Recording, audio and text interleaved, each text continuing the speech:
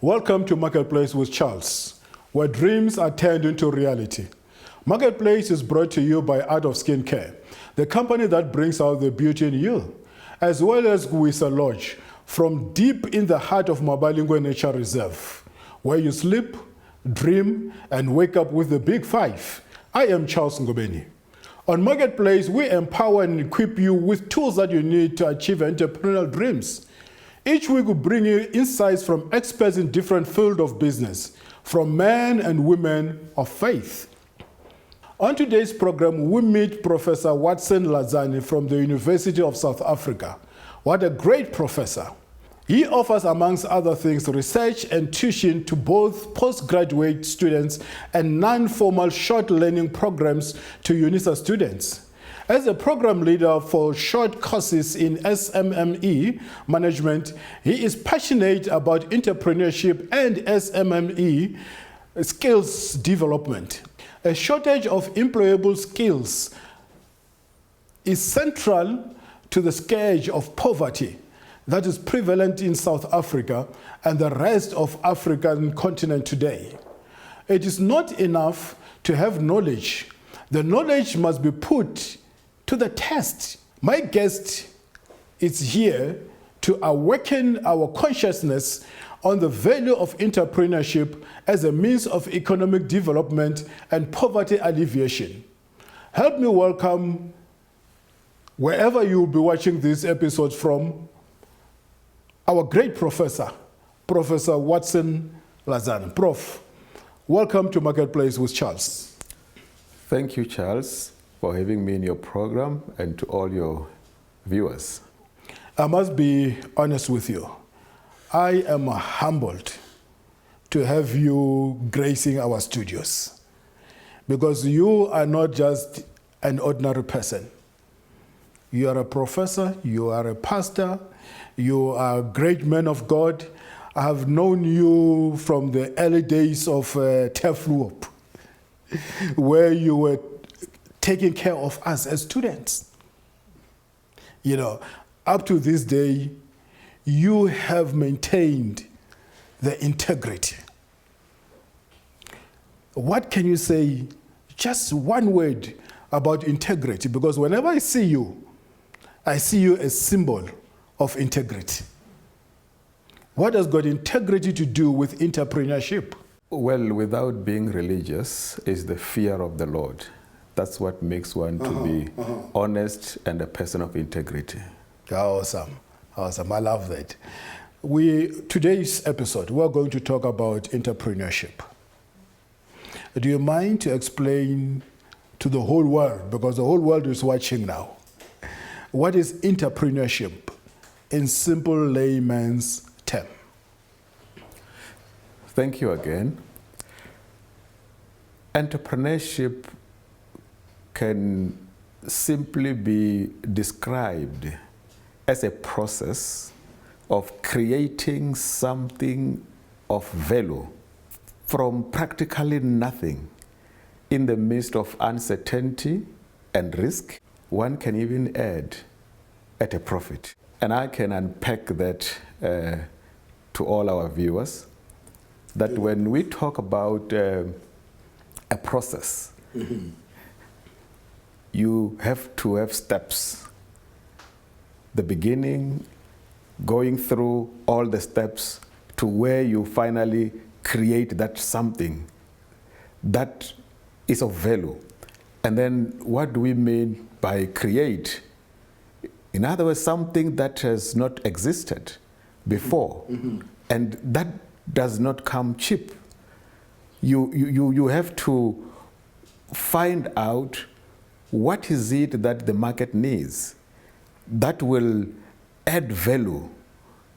And by adding value, it can be a product, it can be a service, and then it's addressing a problem that is there. That's what creativity is all about. And then you cannot eliminate the uncertainty that are there, because we are talking about something that has never been there. So whatever you do, there is risk involved, and then you have to look at what is it that I need to do to minimize the risk but still forge ahead? Entrepreneurs are not Father Christmas, hence we talk about profit. But tell me, Prof, what qualifies one to be an entrepreneur? There are many qualities or characteristics of an entrepreneur. In fact, there are as many as there are books written on entrepreneurship. But the main ones, because these characteristics, you get them from the definitions of entrepreneurship. Yes. Definitions are as many as the books are written on entrepreneurship. But when you go through these definitions, that's when you get one quality to the other. But the basic ones, for an example, like when I defined what entrepreneurship is all about, I said it's a process of creating something of value. From that in itself, one quality of an entrepreneur is creativity. Yes.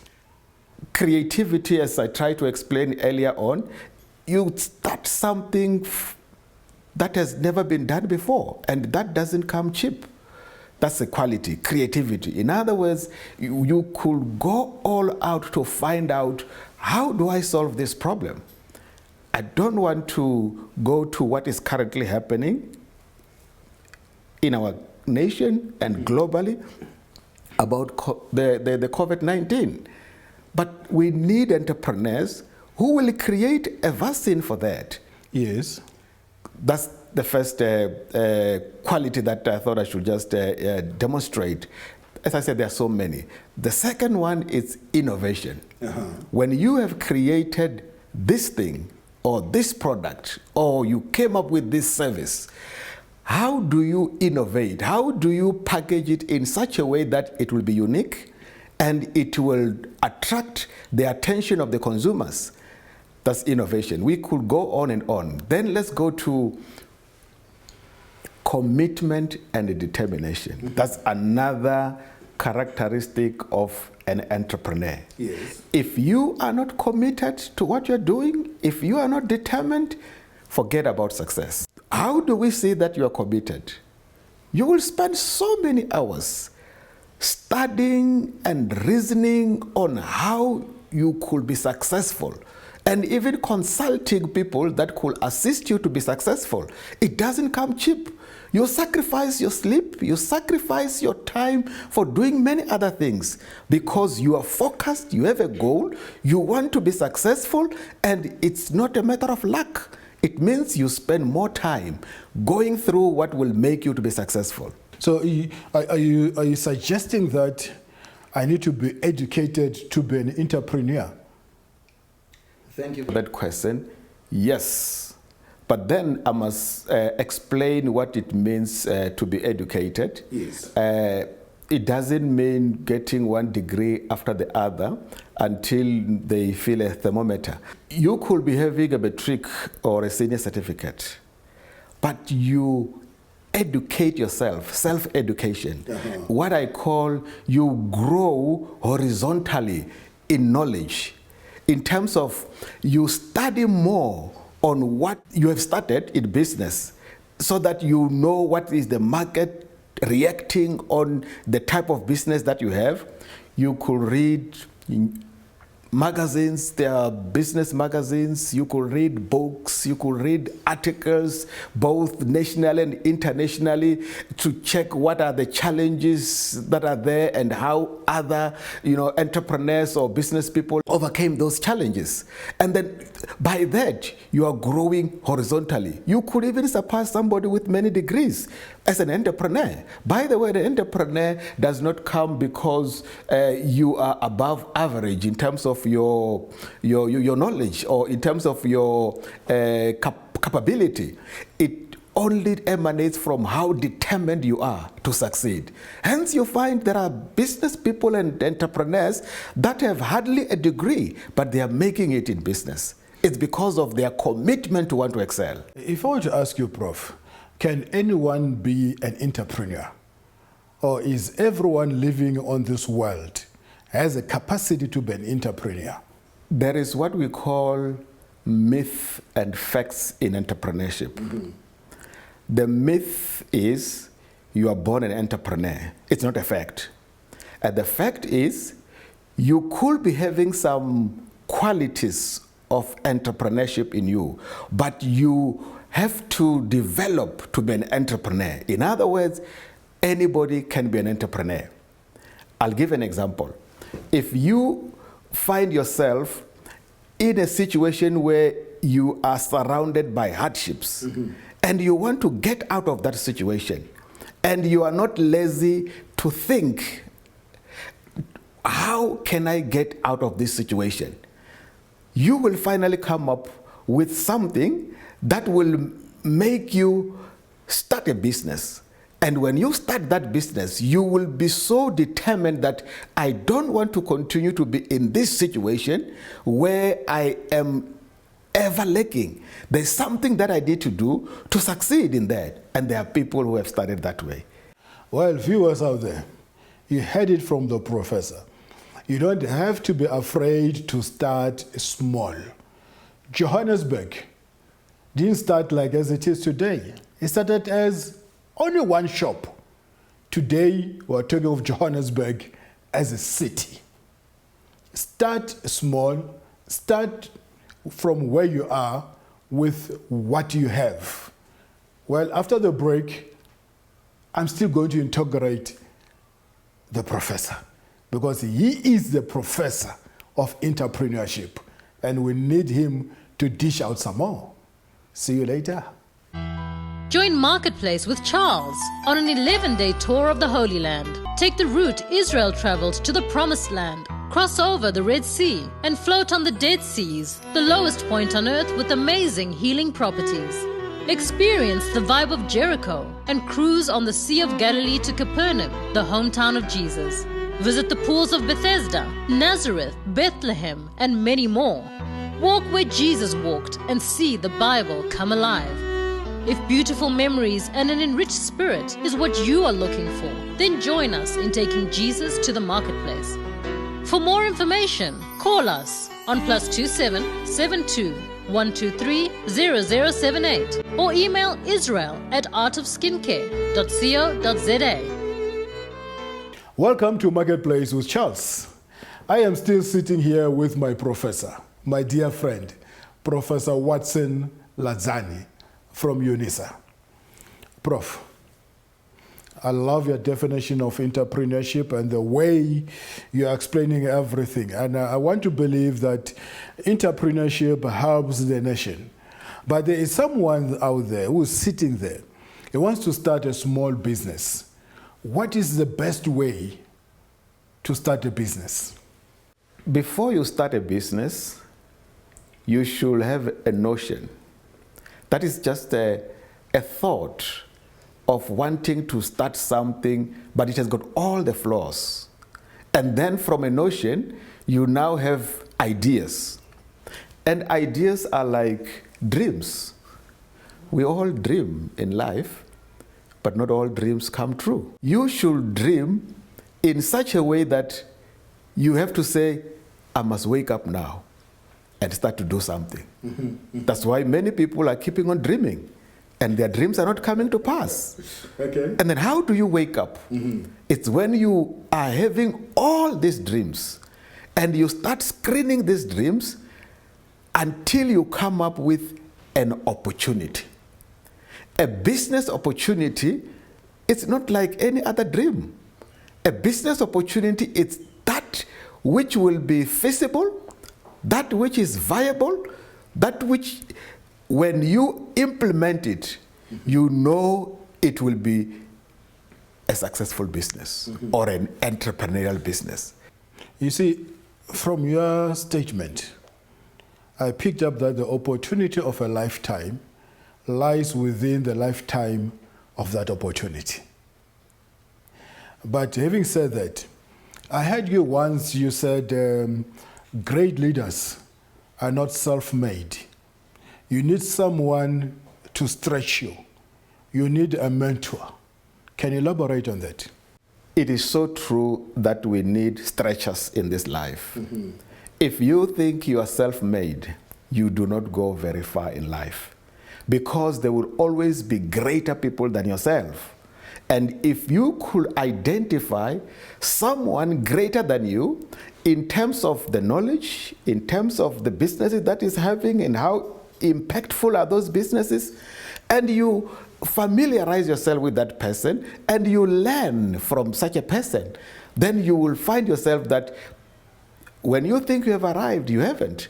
For an example, if your business is making thousands of rands, and here is someone who's making millions, you will aspire to be like that person. And then if you continue, you find that you are now having millions, and you get someone who's making billions, you will aspire to be like that person. And we are only talking now about financial means, but it could be in so many different areas, because it's not only about profits, it's not only about millions, it's about making an impact in the communities as well, to solve those challenges that we find ourselves in, especially the triple challenge of unemployment, poverty, and inequality.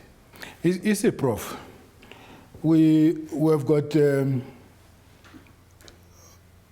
great failure rate when you talk of a small business. Personally, I started a chicken outlet back home in Guyana. It closed down. I started a butchery at Malamulele. It closed down.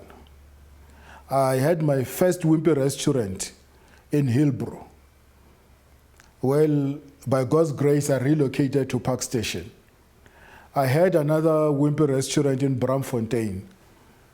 I managed to sell it. But I didn't sell it because I wanted to. Circumstances forced me. So I'm looking at all this failure rate, you know. Someone can look at me today and say, look, you have got 7 wimpy restaurants. Yes, that is true.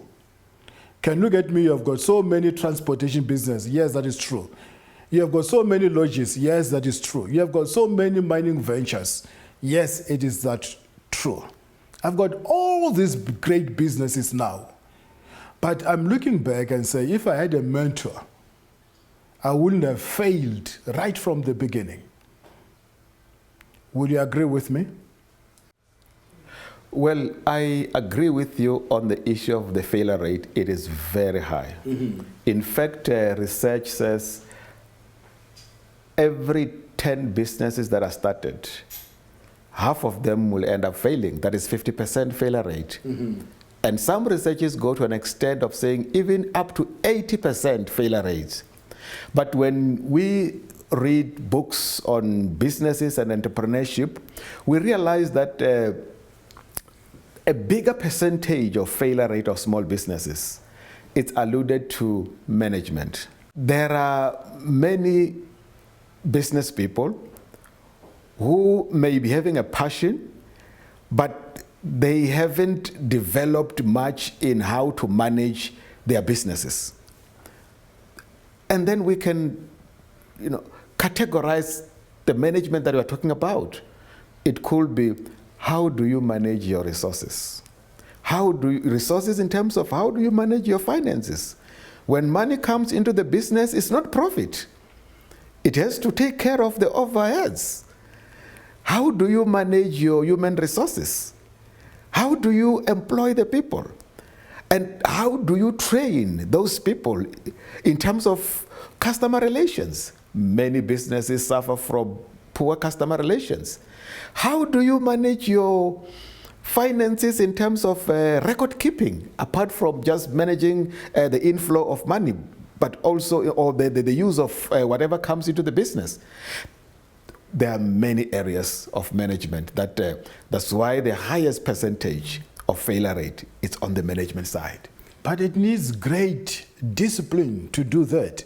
Because I remember when I moved to Johannesburg, everybody from Guyana knew me, everybody from Makado knew me, everybody all over the South Africa. They'll go to Johannesburg Park Station. And when they're stuck there, they'll come to my shop and say, hey, Charlie, I am stuck. I need 100 rands, or I'm short of 150, whatever the case may be. You tell them that you don't have money because you don't have money in your pocket, in your purse. They look into the till. They think that the money that is in the till, it's your money. And it is not your money. It needs someone to have discipline to know that the money which is in the till, it is not your money. It must first go to the bank. And after it has been banked, you paid all the overheads. Then you also pay yourself a salary. Because with me now, I tithe from my salary, not from the money which is on the till. The money in the till is not mine. I give and live from my salary, not from the money which is on the till, because the money which is on the till is not mine, but I had to learn it the hard way. You are so right. One of the characteristics or qualities of an entrepreneur is discipline. Is you have to educate the people that you work with or your acquaintances, associates, that when you say you don't have money, it's because business money is not your money. And as I said earlier on, an entrepreneur is not Father Christmas. I'm happy when you indicate, looking back, that you started this business, it failed, you started this business, it failed, but I want to applaud you that you failed forward. There are those, after failing once, they sit back and they said, this is not for me. I still am looking forward to a very successful person who will tell you about his successes and not mention about the failures. Yes. Many of the people that are known to be successful, when you ask them, how did you make it? They will take you of their stumbling blocks, their failures, their mistakes, and through that, they learn, and that's what I call failing forward. Awesome, awesome. Prof, I know you are doing more than being a prof at UNISA. You are also taking care of marriages, of which I want to believe a sound relationship at home will create a better, I would say, scenario, business success. Because if things are not right at home, forget about things being right at your workplace, forget about things being right at your businesses. If people want to engage with you, maybe I should say first, if you don't mind, to tell the viewers out there, what is it that you are doing other than being a professor, so that they can access your services outside UNISA? To access me at UNISA and get the services that I do through UNISA, they may go to our website, UNISA website. That's www.unisa.ac.za. But then /CBM. CBM stands for Center for Business Management. I am the program leader for a short course in SMME management. This is a short course. It's done over 3 months, although you have to register in the first half or the second half of the year. It teaches you the basics of starting and running your own business. And that is the knowledge that we need. So if you go to that website, you go to short course in SME management, all my contact details are there. But you could also send an email to smme01k@unisa.ac.za. That's where you could get more information when you drop me an email, or you could even drop me an email to my office email address, which simply is Ladzani, that's LADZANI, @unisa.ac.za. Well, Prof, thank you very much for gracing our studio. Unfortunately, we ran out of time. In fact, we went over time. Hopefully, we'll have you again to talk about the other stuff that you're doing, the impact of marriage within the business sector. Well, viewers out there, that's all the time we have. Well, God bless you. See you next time. Join Marketplace with Charles on an 11-day tour of the Holy Land. Take the route Israel traveled to the Promised Land. Cross over the Red Sea and float on the Dead Seas, the lowest point on earth with amazing healing properties. Experience the vibe of Jericho and cruise on the Sea of Galilee to Capernaum, the hometown of Jesus. Visit the pools of Bethesda, Nazareth, Bethlehem, and many more. Walk where Jesus walked and see the Bible come alive. If beautiful memories and an enriched spirit is what you are looking for, then join us in taking Jesus to the marketplace. For more information, call us on +27 72 123 0078 or email israel@artofskincare.co.za.